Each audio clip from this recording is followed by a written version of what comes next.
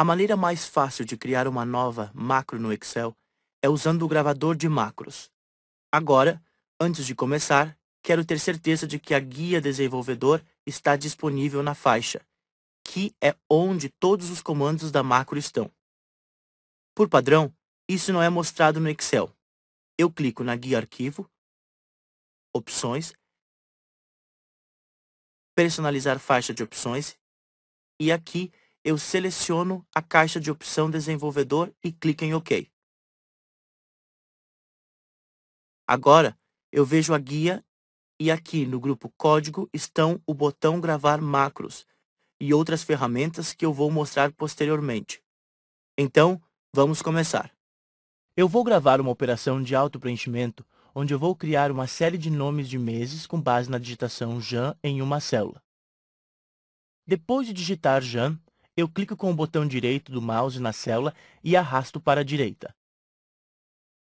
Conforme eu passo por aqui, essas dicas de ferramentas mostram o que vai em cada célula, até o final, dezembro. Quando eu chegar até aqui, na linha 1, vou soltar o botão direito do mouse e clicar em Preencher Série. Isso é o que eu quero gravar. Então, eu vou limpar estas células e selecionar A1. Vou repetir estas etapas, mas desta vez eu vou ligar o gravador de macros. Eu clico no botão Gravar Macros, vou nomear essa macro Preencher Meses. Observe que os nomes de macro não podem conter espaços. Eu clico em OK para iniciar o gravador. Percebe como o botão Gravar Macro se torna para a gravação? Quando eu terminar, vou clicar para parar o gravador.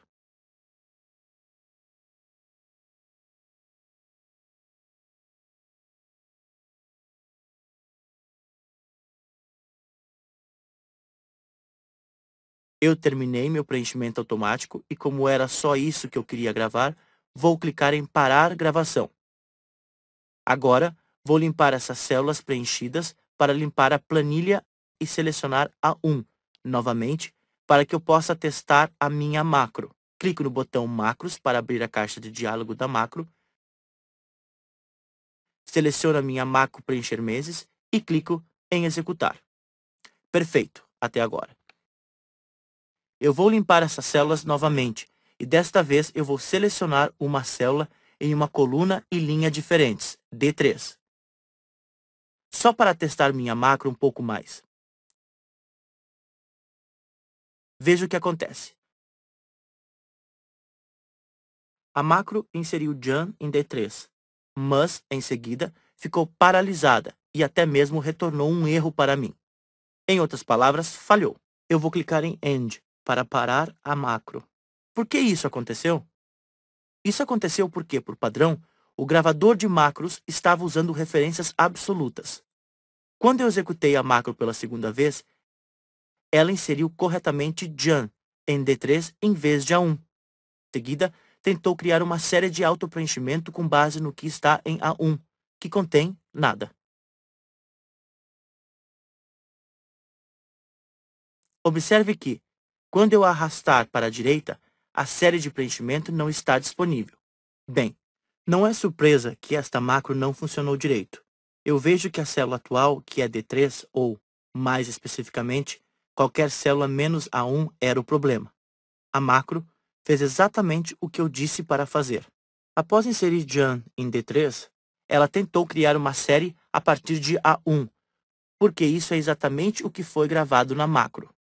Antes de começar a gravação, eu precisava primeiro ativar a configuração Usar referências relativas.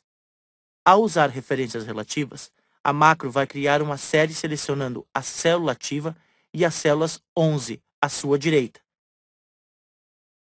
em vez de criar uma série usando A1 a L1. Bem, eu sei a macro que eu gravei não é boa, então eu preciso gravar uma nova. Então, eu vou limpar essa célula e lembrar de, antes de começar a gravar, ativar Usar referências relativas. Eu vou fazer isso clicando aqui. E agora você pode ver que ela está selecionada porque está laranja na faixa. Apenas para mudar as coisas um pouco, eu vou começar na célula B5. Depois, eu clico em gravar macro. Darei um novo nome a ela. Preencher meses relativos. E clique em OK para iniciar a gravação. Eu digito Jean e faço meu auto-preenchimento e paro a gravação. Agora, vou limpar essas células e vou mudar para a célula C9 e executar minha macro de lá. Dessa vez, eu escolho preencher meses relativos e executar. E agora funciona perfeitamente. Então, você pode ver que essa configuração referências relativas pode ser muito importante. No meu próximo vídeo, vou mudar um pouco minha macro preencher meses relativos, redigitando manualmente em uma ferramenta do Excel chamada Visual Basic Editor, de modo que ela vai fazer algo um pouco diferente. Isso deve resolver alguns dos mistérios de trabalhar com macros.